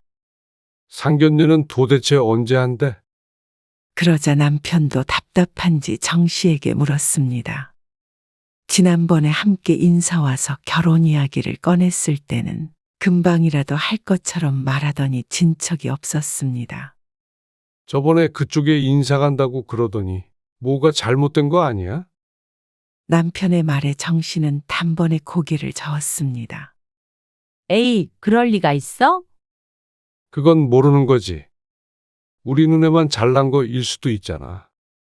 개인적인 생각으로는 정 씨의 아들이 예비 며느리에 비해서 떨어진다는 생각은 해본 적이 없었습니다. 물론 팔은 안으로 굽는다고 내 자식이기에 그렇게 생각하는 것일 수도 있지만 말이죠. 아니겠지? 하지만 남편도 진심으로 그렇게 생각하는 건 아닌 듯 그럴 리 없을 것이라며 정 씨의 말에 동조했습니다. 그런데 며칠 뒤에 아들과 통화하던 정 씨는 깜짝 놀랄 수밖에 없었습니다. 상견례를 하느냐 마느냐 재촉했더니 아들이 마지못해 사정을 털어놓았습니다. 사실 민지 어머니께서 정 씨는 말끝을 흐리는 아들 때문에 불안했습니다. 아니나 다를까 반대를 하고 계세요. 뭐? 아니, 왜? 황당한 나머지 정 씨의 목소리가 높아지자 옆에 있던 남편이 쳐다보았습니다. 그러자 아들이 예상치 못한 말을 했습니다. 상대 쪽 부모가 전문직 사위를 보고 싶었다고 말했다는 소리에 가슴이 쥐어짜인 듯 벌렁거렸습니다. 전문직이 아니더라도 충분히 훌륭한 아들이라고 생각했습니다. 민지가 그래. 자기 부모님이 그렇게 말했다고? 그러자 더욱 충격적인 사실을 듣게 됐습니다. 아니요. 저번에 인사 갔을 때요. 그럼 지훈이 네 면전에다가 대고 그렇게 말했다는 거야? 그러자 대답이 없는 아들. 어이가 없고 화도 났고 머릿속이 너무나도 복잡했습니다. 정 씨도 아무 말하지 않고 있자 아들이 한숨을 쉬며 말했습니다. 민지가 부모님 설득하고 있어요. 아니, 그게 그렇게 설득까지 해야 할 일이야? 네가 뭐가 부족해서 그래? 부족하다는 게 아니고요. 기가 차서 말이 잘 나오지 않았습니다. 그러는 예비 며느리도 의사나 변호사가 아니었습니다. 나중에 교수가 될지 뭐가 될지는 모르겠지만 그렇다고 하더라도 아들이 돈을 덜 벌 것이라고 생각하진 않았습니다. 지금도 충분히 능력이 있으니 말이죠. 옛날에 의사랑 결혼시키면 아파트 열쇠 몇 개, 차 열쇠 몇 개 이러더니 뭐 그런 것을 바란 것인지. 아들이 진작에 신혼집은 반반씩 한다고 했는데 상대방 못지않게 충분히 지원해줄 여력도 있었습니다. 민지는 뭐라고 그러는데? 그날도 그 얘기를 듣고 민지가 부모님이랑 트러블이 크게 있었어요. 자신이 결혼을 하지 팔려가느냐고 화를 냈다는 예비 며느리. 그나마 예비 며느리는 정신이 똑바로 박힌 모양이었습니다. 하지만 부모로서 이런 결혼이 달가올 리가 없었습니다. 아들과 전화를 끊고 돌아보자 남편의 표정이 무섭게 굳어 있었습니다. 정 씨의 말로도 충분히 어떤 상황인지 알고 있었죠. 정 씨와 남편은 한동안 착잡한 마음에 말이 없었습니다. 이런 결혼을 시켜야 해. 고생길이 훤히 보인다. 남편이 분통이 터진다는 듯이 말했습니다. 지훈이가 그런 취급을 왜 받아야 하는 거야? 다른 사람도 아니고 장모 될 사람이 그래버리면 어쩌자는 거야. 그러니까 그렇게 설득해서 결혼한다고 해도 부모를 안 보고 살 수 있는 것도 아니고 말이야. 사위사랑은 장모 아닌가 하는 생각이 머릿속을 둥둥 떠다녔습니다. 시작부터 큰 난관에 부딪힌 결혼이 잘 될 것 같지 않았습니다. 하지만 아들과 예비 며느리는 결혼에 대한 의지가 굳었습니다. 정 씨가 말려봤자 소용이 있을까 싶었습니다. 남편도 속에서 열불은 나지만 저들끼리 꼭 결혼하겠다고 한다면 마음이 안 좋아도 어쩔 수 없다는 입장이었죠. 그러다 얼마 뒤에 아들에게서 연락이 왔습니다. 상견례 날짜가 잡혔다고 말이죠. 그 말이 이제는 그리 기쁘지는 않았습니다. 아들은 씁쓸해하는 정 씨에게 죄송하다며 사과했고, 그런 아들을 보는 정 씨의 가슴도 아팠습니다. 잘 됐다. 문자로 주소 보내줘. 그날 거기서 만나자. 정 씨가 애써 밝은 목소리로 말했습니다. 그리고 정 씨는 최선을 다해서 상견례 날을 준비했습니다.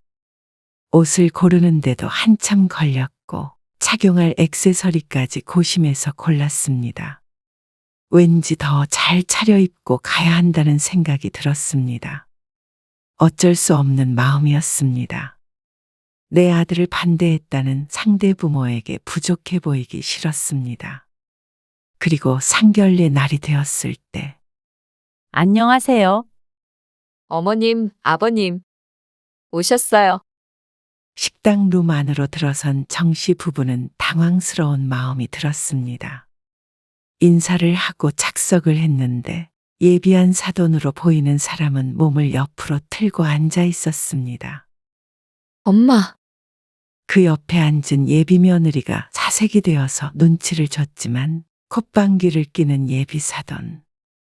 벌써부터 자리가 참 험난할 것임이 예견되었죠. 서로 대화는 하지만 시선은 비껴 있었습니다.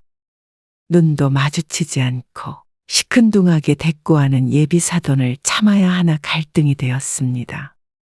예비 며느리의 울 것 같은 표정이 아니었다면 그 자리에서 박차고 일어났을지도 몰랐습니다. 그런데 깨작깨작 젓가락질을 하던 예비 사돈이 벼랑간 입을 열었습니다. 교수가 결혼하면요. 집은 최소한 30평대는 돼야 해요. 그건 동의하시죠? 어쩐지 공격적인 말투에 정 씨 부부는 긴장이 됐습니다. 교수가 30평대에 살아야 한다는 법은 알지 못했지만 그 정도 집의 집값을 절반 보태줄 생각은 당연히 하고 있었습니다. 그런데 이어지는 말이 무척이나 당혹스러웠습니다. 여자가 교수이기까지 한데 집 정도는 남자 쪽에서 해와야죠? 그 말이 끝나기가 무섭게 며느리가 예비 사돈을 말렸습니다. 무슨 말 하는 거예요? 반반 하기로 얘기했잖아요. 예. 너 교수 만드느라 돈이 얼마나 들었는데 집 한 채도 안 해오는 남자랑 결혼을 시키니? 너 정도 스펙이면 의사도 만날 수 있어. 아직도 그 얘기가 끝이 나지 않은 모양이었습니다. 엄마, 나 교수 아니에요. 강사라고요. 그게 그거지. 학생들이 교수님이라고 부르면 교수지 뭐야. 그리고 금방 될 거 아니야. 며느리가 그런 예비 사돈을 적극적으로 말렸습니다. 아무리 그래도 절반은 아니야. 남자가 조금이라도 더 해야 하는 건 맞아. 그것까진 양보를 못해? 제가 우리 딸 유학 보내느라 기둥 하나 뽑았어요. 그래서 그 정도까지 하지도 못하겠네요. 결국에는 그쪽에서 절반을 보탤 여유가 없다는 말이나 마찬가지였습니다. 그러자 예비 며느리의 얼굴에도 기가 막힌 표정이 떠올랐습니다. 그리고 지금 상황이 부끄러운지 아니면 화가 나는지 모르겠지만 얼굴도 붉어졌습니다. 그리고 상견례가 끝나고 나서는 아들과 예비 며느리가 집으로 돌아가려는 정씨 부부를 붙잡고 말했습니다. 정말 죄송해요. 죄인 마냥 고개를 숙이고 있는 예비 며느리와 아들을 보니 가슴이 쓰렸습니다. 결혼하면 이런 일 절대 없을 거예요. 마음 같아서는 결혼이고 뭐고 엎어버리고 싶은 마음이었습니다. 하지만 정 씨는 한숨을 크게 한 번 내쉬고는 뒤를 돌았습니다. 그리고 집으로 돌아와서 남편과 쓰린 속을 달랬습니다. 좋은 게 좋은 거라고. 최대한 그쪽에서 원하는 대로 들어주면 될 거 아니야. 남편의 말이 현명하지 않을 수도 있지만 아들을 탈없이 결혼시키려면 다른 방법이 없었습니다. 죄송하다면서도 결혼을 안 하겠다고는 하지 않던 아들을 떠올렸습니다. 그래서 결국엔 아파트 평수를 조금 줄이고 정씨 부부가 더 많이 지원을 하기로 결정했습니다. 평수가 줄어드는 것에 대해서는 상대 쪽에서 유감을 표한 줄은 알지만 그래도 결혼은 별 탈 없이 진행이 되었습니다. 그래서 이듬해 아들이 31살이 된 봄날에 아들은 결혼을 했습니다. 그리고 정씨 부부의 우려와는 다르게 아들이 사돈 때문에 괴로운 일은 없었습니다. 하필 집도 가까워서 걱정을 많이 했지만 며느리가 중간에서 잘하고 있는 모양인지 만날 일조차 별로 없다고 했습니다. 막 만나서 무시하거나 그러진 않지. 아니에요. 전화도 잘 안 하세요. 그래? 네. 뵙는 것도 명절에만 뵈니까. 걱정 마세요. 그리고 명절에도 가면 잘해주세요. 다시는 그런 일 없을 거라고 했던 며느리의 말이 지켜지고 있는 것 같았습니다. 아들도 처가에 1년에 2번 간다기에 정씨도 아들네를 부르지 않았습니다. 정씨도 아들의 신혼집과 차 타고 불과 5분 거리에 살고 있지만 말이죠. 저희 정말 행복하게 잘 살고 있어요. 그래? 너희들끼리 잘 살면 됐지. 아들 내외는 정씨의 바람대로 알콩달콩 잘 살고 있는 것 같았습니다. 그래서 정씨도 아들 부부가 어떻게 살든 일절 간섭하지 않았습니다. 그렇지 않아도 물론 알아서 잘하는 아들내였기에 큰 걱정은 없었습니다. 그렇게 3년이 흘렀습니다. 집신도 짝이 있다더니. 그러게. 그때 결혼 반대했으면 억울해서 못 살았겠어. 정 씨는 며느리에게서 온 사진을 남편과 함께 보며 웃었습니다. 둘이서 휴가 맞춰서 여행을 갔다 온 사진들이었습니다. 사이 좋아 보이는 그 모습에 정 씨도 남편도 뿌듯했습니다. 괜한 기우로 아들의 행복을 뺏을 뻔했다고 가슴을 쓸어내릴 때도 있었습니다.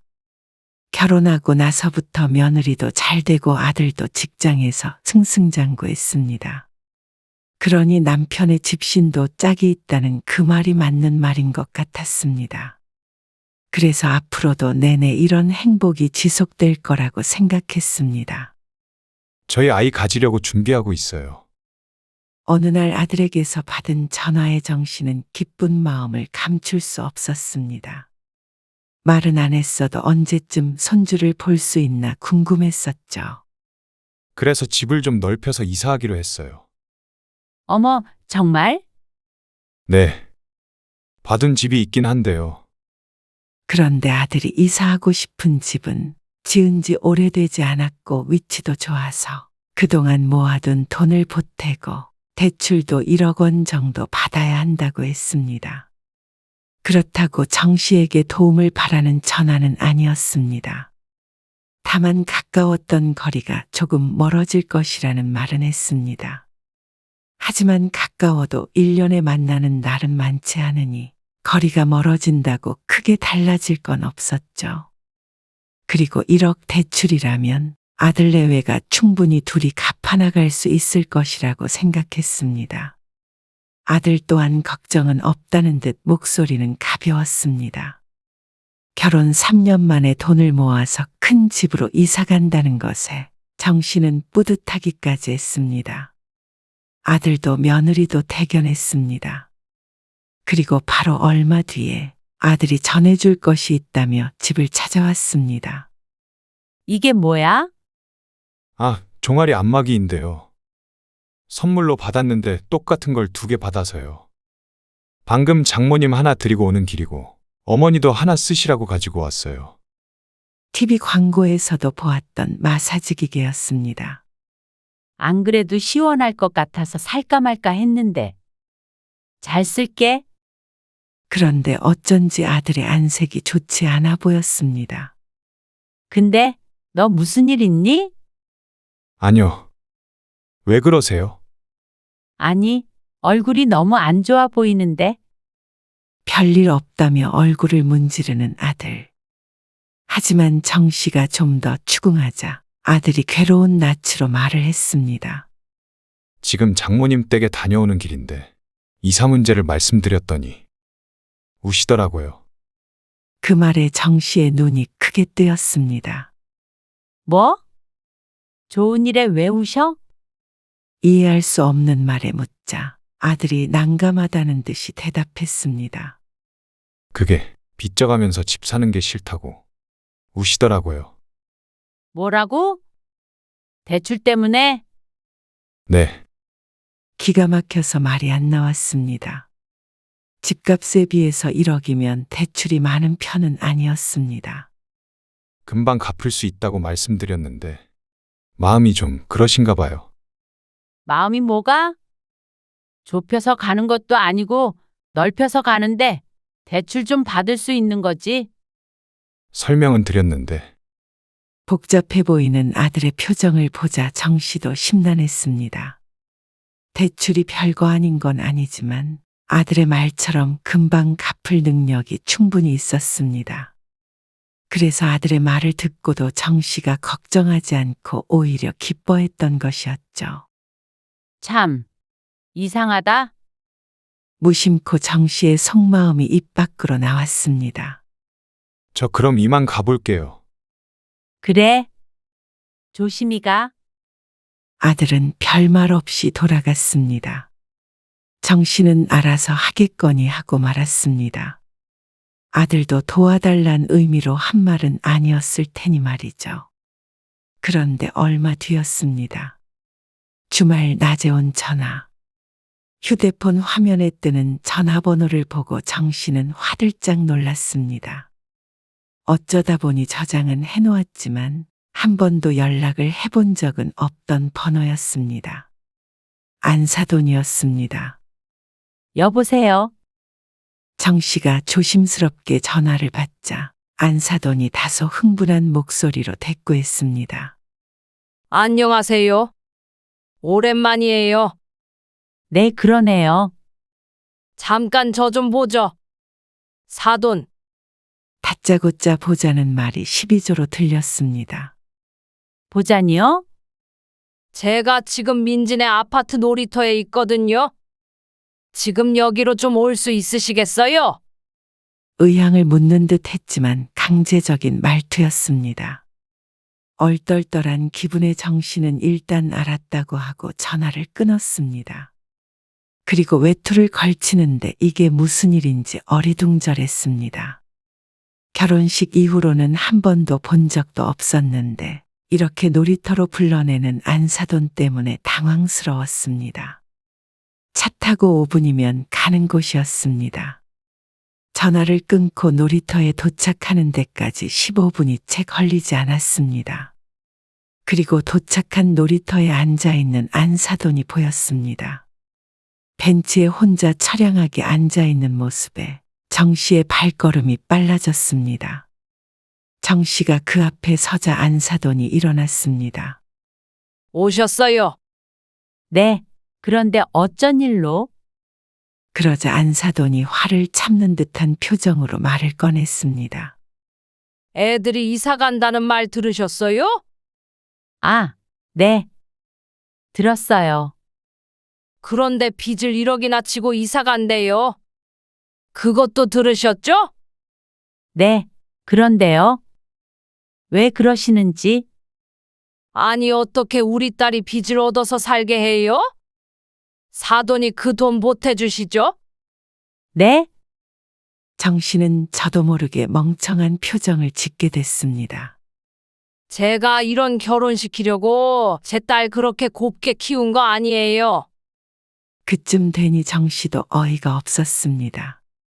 아니, 둘이 좋은 집으로 이사하려고 하고 잘 살고 있는데 왜 그러시는 거예요? 이런 결혼이라뇨? 제가 요 며칠 잠을 못 잤어요. 분해서. 제가 뭐 집 해와라 차 해와라 하나요? 솔직히 의사나 변호사 사위 봤으면 이런 걱정하지도 않았겠죠. 그 정도까진 바라지도 않았는데 빚을 진다니요. 아니, 사돈, 사돈은 정 씨의 말을 듣지 않고 제 말만 이었습니다. 아들 가진 부모라면 그 정도 책임은 가지고 있어야 하는 거 아니에요? 우리 딸이 그냥 딸도 아니고요. 교수님이에요, 교수님. 그래서 저보고 그 돈을 주라는 거예요? 제가 이렇게 말 안 해도 먼저 주셨어야 하는 거예요. 참, 저희 아들이 뭐 모자른 것도 아니고요. 며느리보다 부족하게 가지고 결혼한 것도 아니에요. 그리고 충분히 둘이 갚을 능력도 된다는데 왜 나서서 간섭을 하시는 거예요? 당연한 걸 사돈이 안 하시니까 그렇죠. 그게 뭐가 당연하다는 거예요? 그럼 뭐 거기서 집 더 넓히면 그때도 저희가 또 내고 해야 한다는 건가요? 교수랑 결혼한 아들 부모니까? 그런 말이 아니고 그리고요. 저는 제 며느리 예뻐하지만 저희 아들 민지에 비해서 부족한 사람 아니에요. 돈도 훨씬 더 잘 벌고요. 외국 대학은 안 나왔어도 학벌도 뒤지지 않고요. 자꾸 의사 변호사 아니라고 무시하시는데 그럴 거면 의사 사위 보시지 왜 결혼시키셨어요? 그거는 지들이 한다니까. 그래요. 자기들이 그렇게 원해서 서로 같이 산다는데 왜 자꾸 이런 식으로 참견을 하고 그러시냐고요? 넓은 집으로 이사 간다 그러면 좋은 마음으로 축하해 주시면 되지. 왜 이런 곳으로 저를 불러내신 건지 모르겠네요. 정 씨의 말에 사돈이 삿대질을 하며 소리를 쳤습니다. 이봐요. 참견이요? 그런데 그때 정 씨의 뒤에서 아들의 목소리가 들렸습니다. 장모님, 어머니, 어리둥절한 목소리에 뒤를 돌아보니 아들과 며느리가 보였습니다. 차림새가 외출하려던 참인 듯 했습니다. 정 씨가 뭐라고 하기도 전에 며느리가 다가와서 안사돈을 붙잡았습니다. 엄마, 여기서 뭐 하는 거예요? 사돈이 전화하셔서 놀이터에서 좀 보자시더라. 정 씨의 말에 며느리가 깜짝 놀랐습니다. 아니, 왜? 그게 아니고 너희 이사 가는데 대출 받는 1억을 나보고 보태라 그러시는데 이게 무슨 일인지 모르겠다. 그러자 며느리의 두 눈이 흔들렸습니다. 정말로 그랬어요? 그래. 그랬다. 이런 맹추 같은 게 정말? 내가 그 정도 말도 못하니? 엄마, 왜? 너희 빚질 거면 차라리 너희 시엄마한테 해달라 그래라. 그렇게 반대하는 결혼 시켜줬으면 그 정도는 받아도 돼. 내가 너 이런 결혼 시키려고 여지껏 산 줄 알아. 더 좋은 혼처줄을 섰는데 내가 눈물을 머금고 보낸 거야. 교수식이나 돼가지고 이런 집이랑. 장모님, 그러자 아들이 목청을 높여 화를 냈습니다. 제가 마음에 안 차시는 것까지는 이해하려고 노력했어요. 그런데 이렇게 저희 어머니까지 오라가라 하시고 그렇게 함부로 말씀하시면 안 돼요. 뭐야? 이게 어디서 장모한테 눈을 크게 뜨고. 저희 집 문제는 저희가 알아서 하겠습니다. 장모님한테 손 벌린 적도 없는데 왜 이러시는 거예요? 아까 충분히 설명드렸잖아요. 그 설명이 마음에 안 차서 그런다. 갚고 안 갚고를 떠나서 어쨌거나 빚쟁이 되는 거 아니야. 엄마, 진짜 그만하고 돌아가세요. 널 위해서 이러는 줄 몰라서 이래? 이게 어떻게 날 위한 거야? 며느리의 눈에서 눈물이 뚝 떨어졌고 그걸 본 아들도 눈을 질끈 감았습니다. 저도 참을 만큼 참았어요. 장모님이랑 장인어른 마음에 들게 최선을 다했고요. 그런데 오늘은 장모님이 선을 넘으신 거예요. 민지한테는 미안하지만 앞으로 저는 장모님 볼 생각 없습니다. 뭐야? 사돈은 거의 뒤로 넘어가기 일보 직전처럼 보였습니다. 너는 엄마가 이런 소리를 듣는데도 가만히 있니? 그러자 며느리는 사돈 쪽은 쳐다보지도 않고 아들을 향해 말했습니다. 나한테 미안할 필요 없어. 나도 이제 엄마 볼 생각 없으니까. 야, 이민지, 어머님, 정말 어머님 뵐 면목이 없어요. 너무 죄송합니다. 제가 평생 갚을게요. 갚긴 뭘 갚아? 갚으려거든 나한테 갚아야지. 너 유학 보내고 교수 만든 거 누구야? 그게 그렇게 아까우신 거면 민지 유학 보내신 돈 차라리 제가 벌어서 드릴게요. 이런 건방진. 엄마랑은 이제 할 말 없으니까 돌아가세요. 엄마도 모르는 곳으로 이사 갈 거니까 이제는 딸 없다고 생각하고 살아요. 뭐야? 정 씨는 그대로 집으로 돌아왔고 아들과 며느리도 돌아섰습니다. 뒤에서 악을 쓰는 안사돈의 목소리가 들렸지만 대꾸해주는 이는 아무도 없었죠. 그리고 그때부터 정 씨의 전화엔 불이 났습니다. 안사돈으로부터 걸려오는 전화를 정 씨는 바로 차단해버렸습니다. 너희는 괜찮은 거야? 보름 뒤에 이사 가기로 했어요. 그렇게 빨리? 네. 지금 집도 빨리 팔려서 그렇게 됐어요. 그래, 잘 됐다. 근데 민지는 어쩌고 있어? 마음 아파하죠. 그런데 상처를 많이 받아서 이사간 집은 장모님한테 알리지 않기로 했어요. 그러니? 알았다. 아들과 전화를 끄는 정 씨는 쌤통이다 싶으면서도 씁쓸했습니다.